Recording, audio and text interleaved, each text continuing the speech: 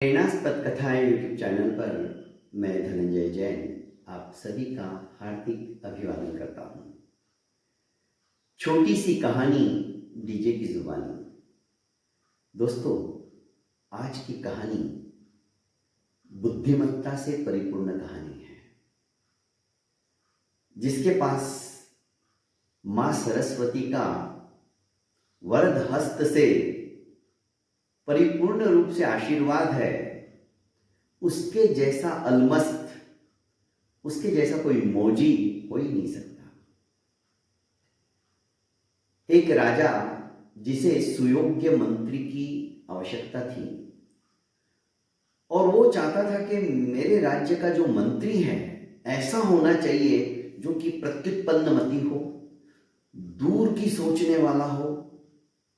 आज उसकी बात जो कुछ और प्रस्तुति दे रहा है कईयों को अच्छी नहीं लगेगी, पर उसके दूरगामी परिणाम सचमुच में अत्यंत फलदायी होने वाले हो।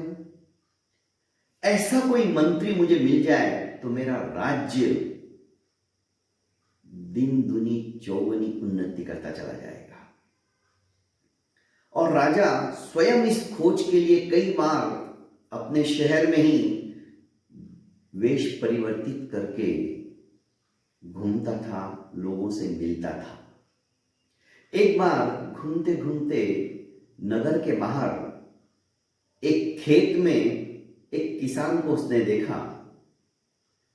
किसान बड़ा मेहनती था और था अत्यंत विचक्षण प्रतिभा का धनी। किसान ने राहगीर समझकर उन्हें बुलाया। आसनस्थ करने के पश्चात जो चारपाई थी उसी के ऊपर बैठाने के बाद बोला, आप जलपान लीजिए। और एक ग्लास के अंदर उसने मटके का ठंडा पानी पिलाया। वार्तालाप के दौरान राजा ने उसे पूछ लिया, तुम इतनी मेहनत करते हो, कितना कमा लेते हो? किसान ने कहा, मैं 4 आने कमाता हूं प्रतिदिन। ये मेरी नेट इनकम है। अच्छा, सिर्फ 4 आने? 4 आने में तुम कैसे क्या अपना गुजर बसेरा करते हो? किसान ने कहा, 1 आने से मैं अपना और अपनी पत्नी का भरण पोषण करता हूं, उदर पोषण करता हूं। 1 आना मैं उधार दे देता हूं। 1 आने से मैं उधारी चुकाता हूं जो मैंने उधार लिया था। और बचा हुआ जो चौथा आना है, वो 1 आना जो बचा हुआ है वो मैं फेंक देता हूं। राजा कुछ समझा नहीं। 1 आने से तुम्हारी पत्नी के साथ में उदर पोषण करते हो, तुम्हारी जठराग्नि का शमन करते हो। दूसरा आना तुम उधार दे देते हो। तीसरा आना तुम जो उधार लिया है वो चुकाते हो। और चौथा आना फेंक देते हो। मतलब 4 आने में इतना सब कुछ कर लेते हो और फिर भी मस्त रहते हो। हाँ, मैं एकदम खुश हूं। मुझे किसी भी प्रकार का अभाव, अभियोग, टेंशन, स्ट्रेस नहीं है। मेरी जिंदगी आराम से चल रही है। राजा ने कहा, ये तो सब ठीक है, पर मैं समझ नहीं पाया हूं। ये पहेली तुम मुझे विस्तृत रूप से बताओगे तो शायद मैं समझ जाऊं कि तुम इस 4 आने के अंदर एक एक आने को किस तरह से विनिमय कर रहे हो। राजा ने कहा कि तुम मुझे बताओ, क्योंकि मैं यहां का राजा हूं और वेश परिवर्तन करके मैं घूम रहा हूं। राजा ने अपना असली रूप बता दिया और अपनी राज्य मुद्रिका भी दिखा दी। किसान हंस पड़ा। उसने कहा, सुनिए राजन, 1 आने से मैं और मेरी पत्नी हम दोनों आजीविका चलाते हैं। अर्थात 1 आना हम दोनों के लिए भरपूर है, मस्ती से हम खाते हैं। दूसरा आना मैं उधार दे देता हूं। उधार दे देता हूं मतलब मैं अपने बच्चों का भरण पोषण करता हूं, मैं अपने भविष्य की सोच रहा हूं। आज मैं इनको उधार दूंगा तो बुढ़ापे में ये मेरा सहारा बनेंगे। जैसे कि एक आना मैं उधारी चुका रहा हूं, मैं अपने माँ बाप का भरण पोषण करता हूं, क्योंकि उन्होंने मेरे ऊपर बहुत उपकार किए हैं। उनके उपकार से उपकृत होने के लिए अब उस बुढ़ापे में वो ना तो कुछ कमा सकते, ना कुछ घूम सकते, ना जा सकते कहीं बाहर, इनकम स्रोत तो कुछ भी नहीं कर सकते। तो मैं जो एक आना मेरा है वो उधारी चुकाने में लगा रहा हूं, वो मेरे माता पिता का भरण पोषण करता हूं। और चौथा आना जो बचा हुआ है तुम फेंक देते हो, हाँ, वो मैं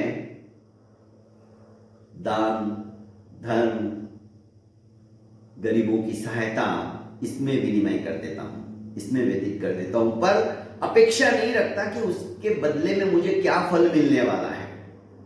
क्योंकि मनुष्य जन्म के अंदर सत्कर्म करना भी मनुष्य का कर्तव्य होता है, और समाज का हमारी तरफ से लेना बहुत है, हम कभी कुछ देते ही नहीं है।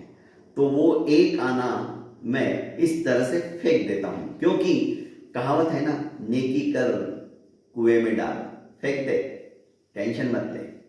तो मैं गीता के उस महान विरुद्ध के अनुसार कर्मण्येवाधिकारस्तु मा फलेषु कदाचन, मैं फल की चिंता नहीं करता, इसका प्रतिफल मुझे क्या मिलेगा। जो आज मैं इतना दान कर रहा हूं, इतना पुण्य कर रहा हूं, प्रतिदिन एक आना मैं खर्च करता हूं, मैं कुछ ही नहीं सोचता।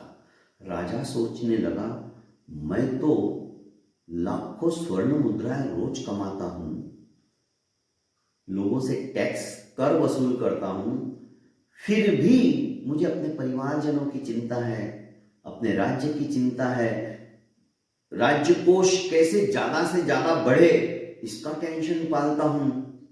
और ये सिर्फ 4 आने के अंदर इतना सुंदर तरीके से अपना जीवन यापन कर रहा है, खुश रह रहा है, मुझे तो रातों की नींद तक नहीं आती है, और ये मस्त इसी चारपाई के ऊपर सो जाता है काम करके। राजा को उससे ईर्ष्या होने लगी, पर राजा खुश भी था कि चलो, जो खोज मैं कर रहा हूं, ये साधारण किसान कितना बुद्धिमान है। राजा ने उसे स्वर्ण मुद्राओं की भरी हुई थैली जो उनके पास थी वो दे दी, और शाबाशी दी, और कहा कि ये रहस्य, ये जो तुमने 4 आने का रहस्य बताया है, ये जब तक मेरा मुंह तुम 100 बार ना देख लो, किसी को मत बताना, ये मुझे वादा करो, वरना खैर नहीं रहेगी। किसान ने कहा ठीक है, मैं किसी से नहीं बताऊंगा जब तक कि 100 बार आपका दर्शन ना कर लूं। राजा राज दरबार में आता है, और राजसभा के अंदर सवाल पूछ लेता है कि एक किसान है, वो 4 आने प्रतिदिन कमाता है, और 4 आनों में से एक आने से अपना और अपनी पत्नी का उदर पोषण करता है, दूसरा आना उधार दे देता है, तीसरा आना उधारी चुकाता है, और चौथा आना फेंक देता है। इस तरह से 4 आने का वो हिसाब रखता है। तो इसका रहस्य क्या है? यदि कोई मुझे अच्छी तरह से बताएगा, विस्तृत रूप से समझाकर, तो मैं उसे मुंह मांगा इनाम दूंगा। राज दरबारी जो मंत्री, संतरी, सामंत, महंत थे आए हुए सभा में, बड़े बड़े उद्भट विद्वान समझने वाले अपने आप को, वो भी इस पहेली का उत्तर नहीं दे पा रहे थे। पर उनमें से एक व्यक्ति ऐसा था जिसने राजा को उस किसान के खेत में जाते हुए देख लिया था। वो सीधा उस किसान के पास पहुंच जाता है 100 स्वर्ण मुद्राएं लेकर। किसान से कहता है, भाई ये 4 आने का क्या हिसाब है, मुझे तुम विस्तृत रूप से बताओ। उसने कहा, मैं ऐसे तो नहीं बता सकता, क्योंकि मैं वचन दे चुका हूं। क्या वचन दे चुके हूं? कि जब तक मैं राजा के 100 बार दर्शन ना कर लूं, तब तक तो मैं बता ही नहीं सकता, क्योंकि मैंने राजा से स्वयं से प्रतिज्ञा ली है और उनको वचन दिया है। कोई बात नहीं, ये 100 स्वर्ण मुद्राएं तुम लो। उस व्यक्ति ने 100 स्वर्ण मुद्राएं उस किसान को दे दी। किसान ने कहा अब ठीक है। किसान ने उन स्वर्ण मुद्राओं को बारीकी से देखा, एक एक स्वर्ण मुद्रा गिनी उल्टी पुल्टी करके, बराबर 100 थी, और उसने वो 100 मुद्राओं की थैली बांध ली और अपने कमर में लटका दी। इसके पश्चात उसने 4 आने का जो रहस्य राजा को बताया था, इसको भी बता दिया। दूसरे दिन ही ये व्यक्ति राज दरबार में पहुंचा और उसने कहा कि राजन, मैं तुम्हारे उस पहेली का जवाब दे सकता हूं। राजा ने कहा बताओ। और जो राजा को उस किसान ने बताया था, हूबहू उसने वैसा ही उत्तर राजा को दे दिया। राजा ने सोचा कि ये तो किसान के अलावा कोई बता ही नहीं सकता है। राजा मध्याह्न के समय ही किसान के पास पहुंच गया और कहा कि तुमने मुझे वचन दिया था, तुमने उस व्यक्ति को क्यों बताया? तुमने मुझे कहा था कि जब तक 100 बार तुम्हारा चेहरा ना देख लूं मैं किसी को पहेली का जवाब नहीं दूंगा। फिर तुमने ऐसा क्यों किया? किसान ने कहा महाराज, मैंने तो 100 बार आपके दर्शन किए, क्योंकि उस व्यक्ति ने मुझे राज मुद्राएं दी, 100 स्वर्ण मुद्राएं दी राज्य की, और हर एक स्वर्ण मुद्रा के ऊपर आपकी तस्वीर छपी हुई है। मैंने बारीकी से आपके 100 बार दर्शन किए और उसके बाद ही मैंने उसको बताया। राजा बड़ा खुश हुआ कि वाह, इसने मुद्राएं भी ली और अपना वचन भी नहीं तोड़ा। राजा उसे सहस्त्र मुद्राएं देता है और कहता है कि आज से तुम मेरे राज्य के महामंत्री रहोगे। और किसान इस तरह से अपनी बुद्धिमत्ता के कारण उस राज्य का महामंत्री बन गया। दोस्तों, इसलिए कहने का अभिप्राय, ज्यादा से ज्यादा स्वाध्याय करो। स्वाध्याय का वैसे मूल रूप देखा जाए तो स्वस्य अध्ययनम इति स्वाध्याय, अपने आप का अध्ययन ही स्वाध्याय है।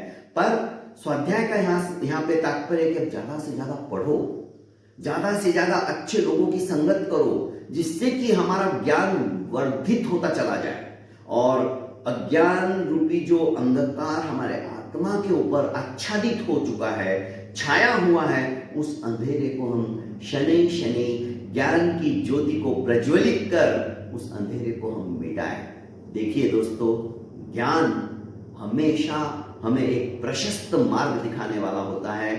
इस तरह से यदि हम ज़्यादा से ज़्यादा किताबें पढ़ेंगे, ज़्यादा से ज़्यादा अपने बड़ों की बातें सुनेंगे जो कि उनकी एक्सपीरियंस से परिपूर्ण होती है, जरूर हमारे जीवन का निर्माण हो जाएगा। बहुत बहुत धन्यवाद दोस्तों। मेरी कहानियां सचमुच में आपको अच्छी लगती है तो दोस्तों, इतने सारे लोग देखते हैं पर एक लाइक का बटन भी आप दबाते नहीं, मुझे आश्चर्य होता है।